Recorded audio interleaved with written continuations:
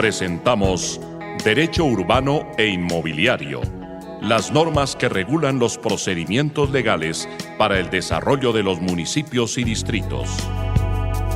Conduce Edgar Barajas Ortiz, un programa de La Voz del Derecho, radio especializada.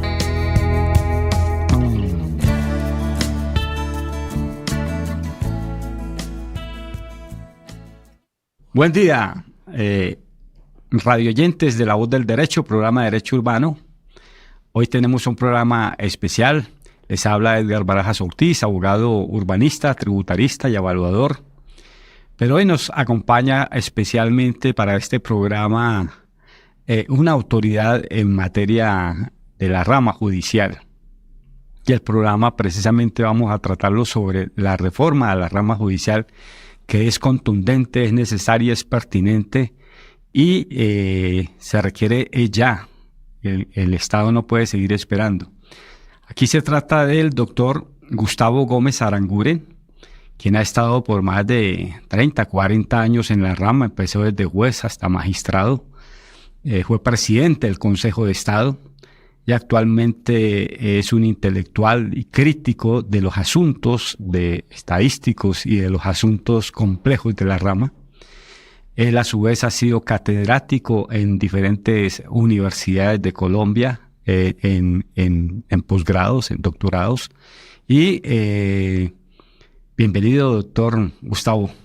Querido Edgar, un gusto estar aquí en La Voz del Derecho. Y de verdad que es placentero que existan programas e iniciativas como la que tú estás liderando.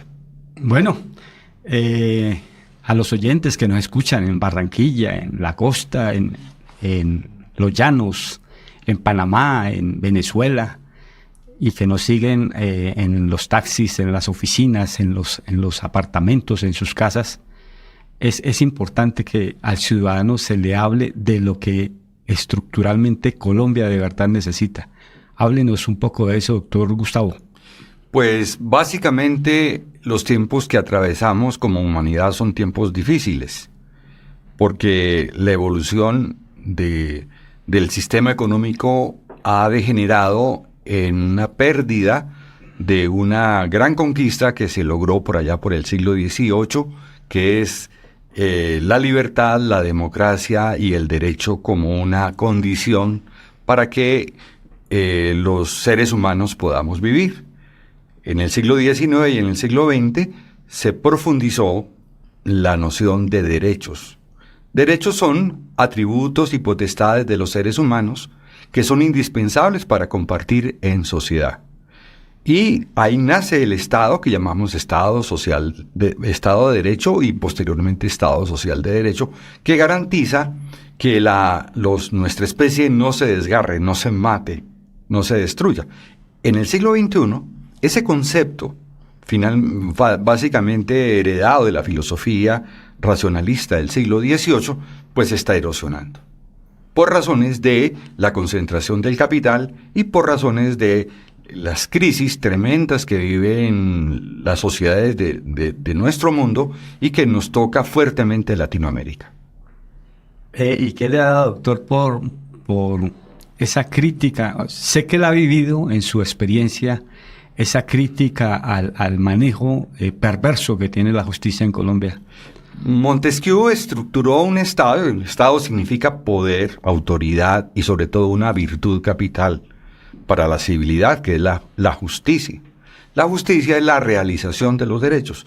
Entonces Montesquieu estableció que el Estado se dividía en tres ramas. La ejecutiva, que realiza las actividades propias del bien común. La rama legislativa, que representa a todos los ciudadanos por voto directo, se llama democracia. Y una rama fundamental, que es la rama de la justicia. En consecuencia, donde más fallas presenta la visión montesquiana de Estado de Derecho es en el tema de justicia. Y por eso nos ha preocupado. Yo dediqué mi vida a la justicia y la conozco más o menos en su interioridad, tanto en nuestro país como en el bloque latinoamericano. Y me preocupa ver cómo no hemos podido encontrar el lenguaje necesario para para aplacar todas las tensiones que vive la sociedad, que trae violencia, porque es que el derecho frena la violencia, porque la justicia es el antídoto para el crimen. Cuando la justicia no es capaz de frenar la violencia ni ser antídoto para el crimen, las sociedades se destruyen, como le pasa un poquito a nuestro país, en torno a una falla estructural que están presentando los órganos de la justicia. Doctor Gómez Aranguren, el promedio de demora de un proceso penal comparado con Latinoamérica es más alto en Colombia. ¿Cuál es eso se demoran años los promedios después de que se pone una denuncia penal? La justicia es epidérmica, es decir, se siente.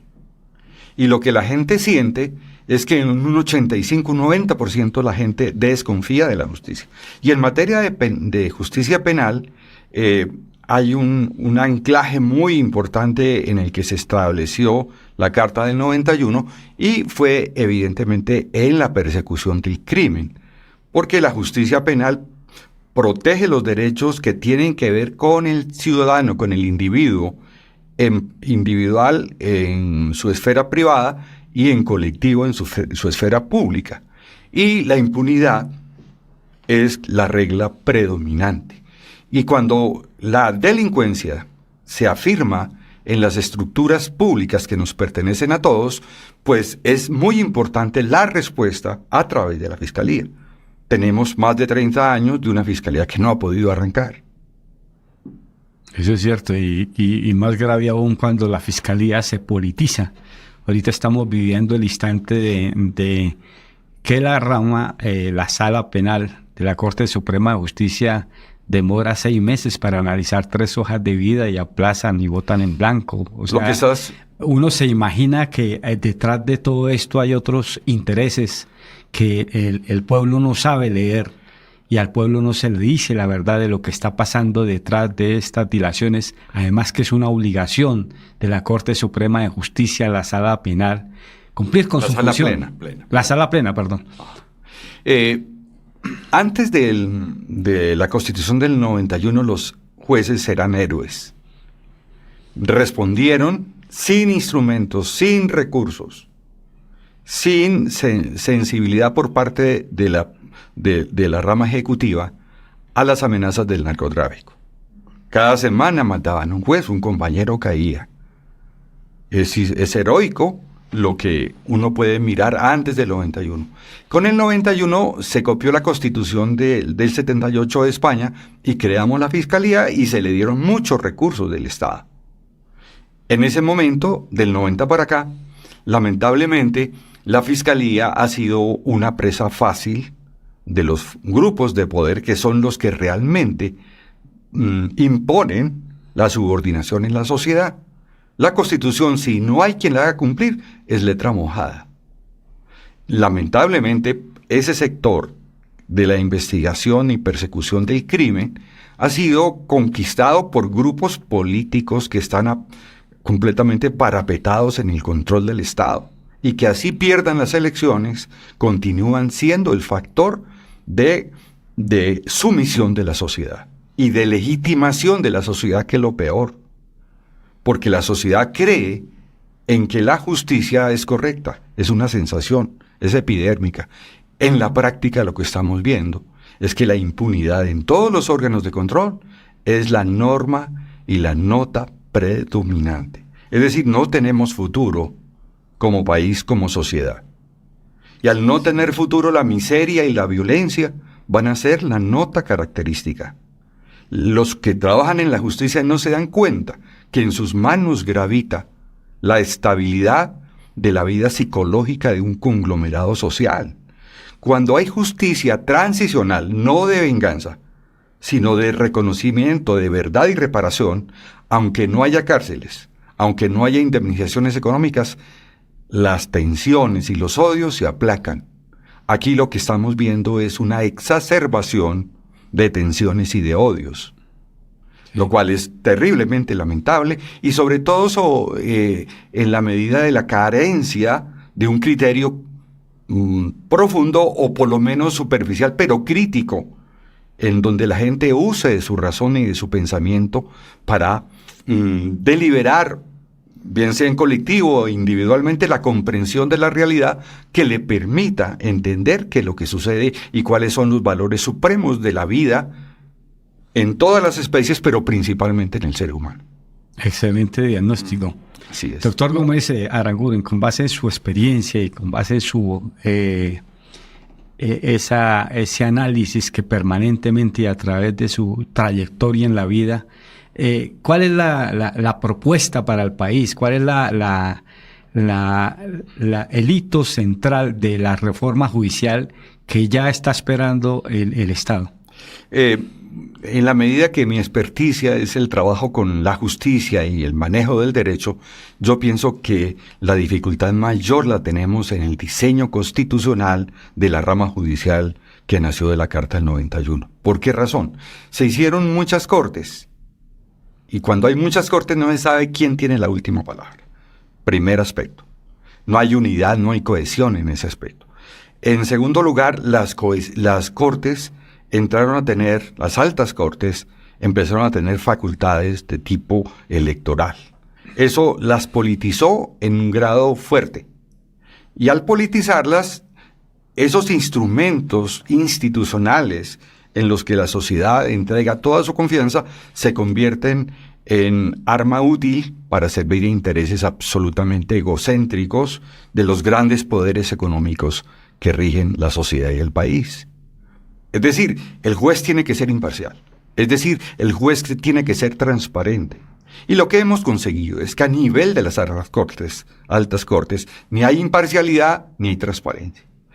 Nuestra propuesta es que haya una sola Corte Suprema de Justicia a partir del Tribunal Constitucional, como ha ocurrido en democracias que se han salvado de crisis muy fuertes y que hemos tenido experiencia directa en el caso de la Corte Suprema de Justicia de México, en el caso de la Corte Suprema de Justicia de Argentina y muy cercanamente con lo ocurrido con la Corte Suprema de Justicia del Brasil. No quiere decir que la justicia contenciosa, que la justicia ordinaria en su rama penal, laboral y civil desaparezcan. Son tribunales de casación o tribunales de última instancia en el contencioso administrativo. Deben continuar. Lo que pasa es que debe haber una Corte Suprema de Justicia vitalicia, sin color político, sin retiro forzoso, en donde se deposite la totalidad de la confianza de la ciudadanía sobre el control del funcionamiento de todas las ramas del poder público. Excelente propuesta y revolucionaria además. Aquí me recuerda, yo tuve la oportunidad de ser presidente de Juristas Sin Fronteras para Colombia hace unos años y estudiando el tema tributario propusimos Colombia viable, posible y tranquila.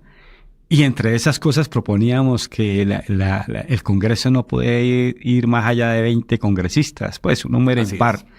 Y me suena, como decía un amigo por ahí, me suena mucho que la rama se reduzca para que sea mucho más eficiente y no reducir los funcionarios, sino reducir la cúspide, y eso me encanta, doctor Gómez, y creo que esto lo está esperando Colombia. No es fácil.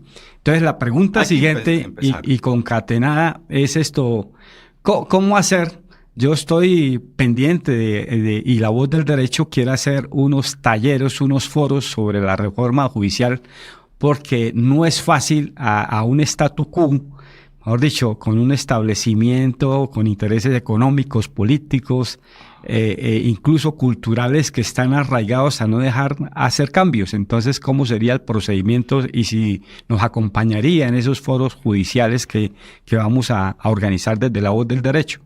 Antes de 1990, la rama judicial era la rama saca del poder. Era una rama en donde los sueldos eran mínimos y las prestaciones discutidas y casi nunca llegaban. Pero el país, ustedes, los contribuyentes, y tú que eres especialista en tributario, le está dando a la rama judicial recursos que jamás se pensaron. El problema es que esos recursos se malbaratan.